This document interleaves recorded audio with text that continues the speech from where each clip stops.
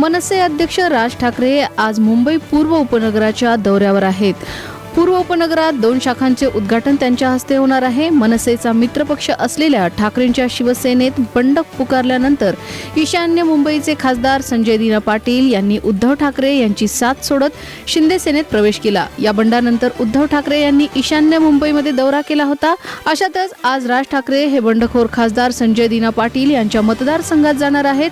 मुंबई पदाधिकाऱ्यांच्या मेळाव्यात राज ठाकरे यांनी खासदारांचे पक्षांतर यावरून चांगलीच टीका केली होती. त्यामुळे आज राज ठाकरे काय बोलणार याकडे सर्वांचं लक्ष लागलंय. राज्यात अन्न व औषध विभागाच्या आयुक्तपदी तुकाराम मुंढे यांनी पदभार स्वीकारल्यापासून कारवाईचा धडाका पाहायला मिळतोय.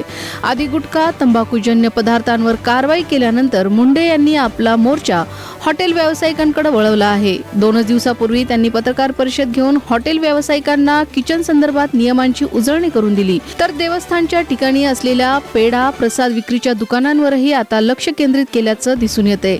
बुलढाणा जिल्ह्यातील शेगाव शहरात संत गजानन महाराज मंदिर परिसरातील उघड्यावर विक्री केल्या जाणाऱ्या प्रसाद आणि पेढे विक्रेत्यांवर अन्न व औषध प्रशासनानं धाड टाकून कारवाई केली आहे. त्यामुळे आता मंदिर परिसरातही तुकाराम मुंढेंचा इम्पॅक्ट पाहायला मिळतोय. केतन अग्रवालची हत्या लोहगडावर 18 जूनला त्याची होणारी पत्नी सिया गोयल आणि चेतन चौधरी यांनी केली होती. या प्रकरणात न्याय मिळावा यासाठी केतन अग्रवालच्या कुटुंबियांसह नागरिकांनी लोणावळ्यात कॅन्डल मार्च काढला होता. या मोर्चात केतन अग्रवाल याच्या आई वडिलांना लेकाच्या आठवणीत अश्रू अनावर झाले. केतन अग्रवालला न्याय मिळावा या मागणीसाठी काढण्यात आलेल्या कॅन्डल मार्चमध्ये मोठ्या प्रमाणात नागरिकांनी सहभाग नोंदवला. केतनला श्रद्धांजली वाहण्यासाठी त्याच्या राहत्या लोढा सोसायटीतील रहिवासी एकवटले. केतनची हत्या झाली तेव्हा जे घटनास्थळी हजर होते त्यांनी केतनला दरीत ढकलून देताना पाहिलं असेल तर त्यांनी पुढे येण्याचं आवाहन विशाल अग्रवाल यांनी केले. सिया गोयल आणि चेतन चौधरी यांचं कृत्य समोर आणण्यासाठी त्या साक्षीदारांनी पुढे यावं, त्यांना कोणताही त्रास होऊ देणार नाही असं आश्वासन विशाल अग्रवाल यांनी दिले. शिक्षक होण्यासाठी आवश्यक असलेली आज होणारी टीईटी परीक्षा पुढे ढकलण्यात आली आहे. रविवारी राज्यभरातील 1028 परीक्षा केंद्रावर ही परीक्षा होणार होती. मात्र भिवंडीतील पोलिसांनी केलेल्या कारवाईत परीक्षेपूर्वी मुख्य पेपरमधील प्रश्न फोडण्यात आले आणि एकच खळबळ उडाली. या प्रकरणात पोलिसांनी 3 जणांना ताब्यात घेतलं असून यामागे दिल्ली कनेक्शन असल्याचं उघड झालंय. महाराष्ट्र राज्य परीक्षा परिषदेतर्फे आयोजित करण्यात आलेल्या या परीक्षेसाठी राज्यभरातून तब्बल 4,28,122 उमेदवारांनी नोंदणी केली होती. आज या परीक्षेचा पेपर होणार होता. मात्र काल भिवंडीत याचा पेपर फुटल्यानं या सर्व परीक्षार्थ्यांना याचा फटका बसलाय. दरम्यान या प्रकरणी 3 पोलिसांनी अटक केली आहे. एकनाथ शिंदेच्या शिवसेनेचे आमदार राजेश क्षीरसागर यांच्यावर भ्रष्टाचार आणि लाचखोरीचे गंभीर आरोप करण्यात आलेत. शिवसेना ठाकरे गटाचे कोल्हापूर जिल्हा प्रमुख रविकिरण इंगवले यांनी हा गंभीर आरोप केलाय. एका व्यावसायिकाकडून तब्बल 40 लाख रुपयांची मागणी करण्यात आल्याचा दावा रविकिरण इंगवले यांनी केलाय. या संदर्भातील पैशांच्या कथित देवाणघेवाणीच्या संभाषणाचा व्हिडिओ पत्रकार परिषदेत प्रसारित करत या प्रकरणाची सखोल चौकशी करण्याची मागणी देखील त्यांनी केली आहे.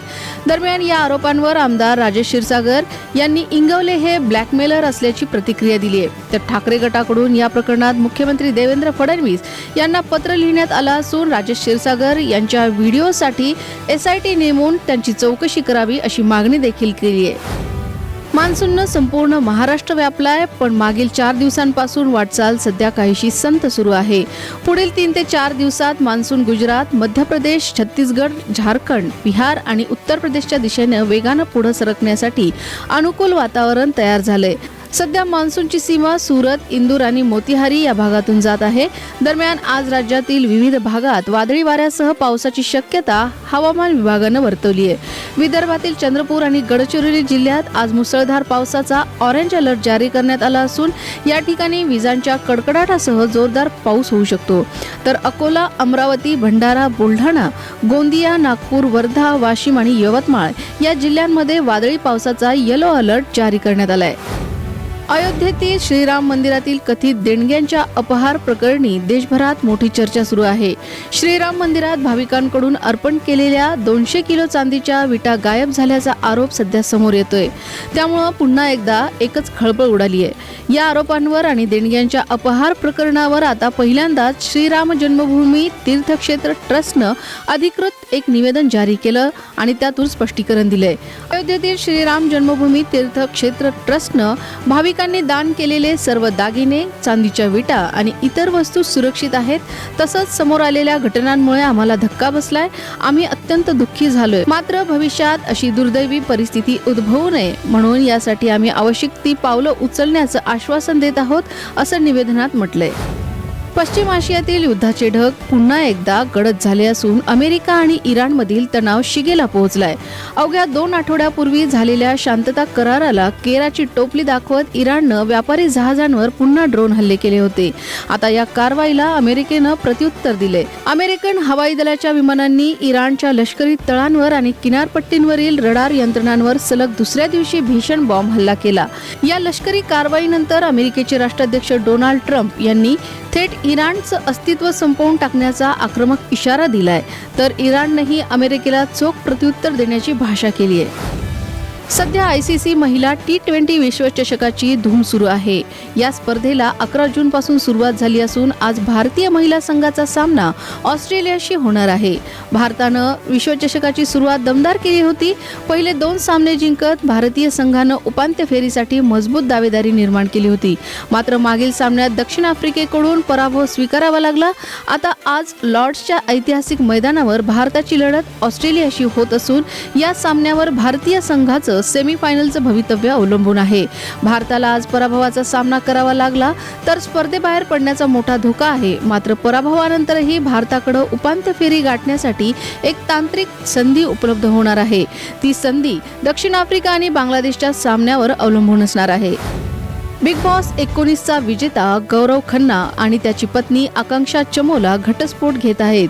स्वतः आकांक्षानं हा खुलासा केलाय. दोघेही वर्षभरापासून वेगळे राहत असून घटस्फोटाची प्रक्रिया सुरू असल्याचं आकांक्षानं लॉकअप 2 या शो मध्ये सांगितलंय. गौरव खन्ना आणि आकांक्षा चमोला यांच्या घटस्फोटाच्या चर्चा बऱ्याच दिवसांपासून सुरू होत्या, पण दोघांनीही या बातम्या फेटाळल्या होत्या. पण आता आकांक्षा चमोलानं स्वतः या वृत्ताला दुजोरा दिलाय.